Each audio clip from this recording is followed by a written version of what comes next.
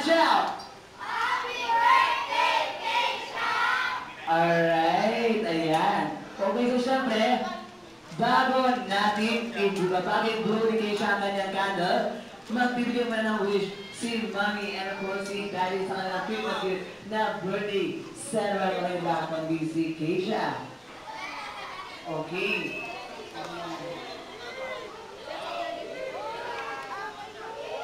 Okay.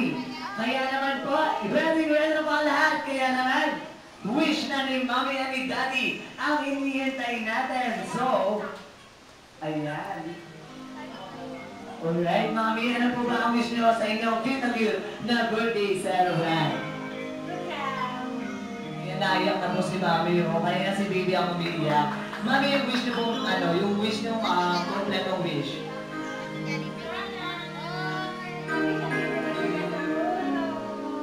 Tulad po ng wish ni Jollibee kanina. Daddy, ano po ang wish niyo kay Keisha?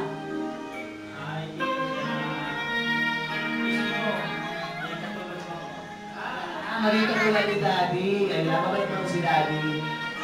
Ayan, maging katulad ni Daddy na naiiyak na po. Sir, naiiyak na kayo, no? Ayan, kaya lang po. Tuloy na po ang ligaya saya and at the count of 3, ibubuo na po ni Keisha ang kanyang candle. Kaya naman po, 3, 2, 1, and... Oh, blow na, you may baby! now blow your candle. Oh, blow na! Yee! Okay, yan. Oh, ayan. Konti na lang. Para ba po natin wala na ako ang ating birthday celebrant. Wala na ako din si Keisha. Ayan.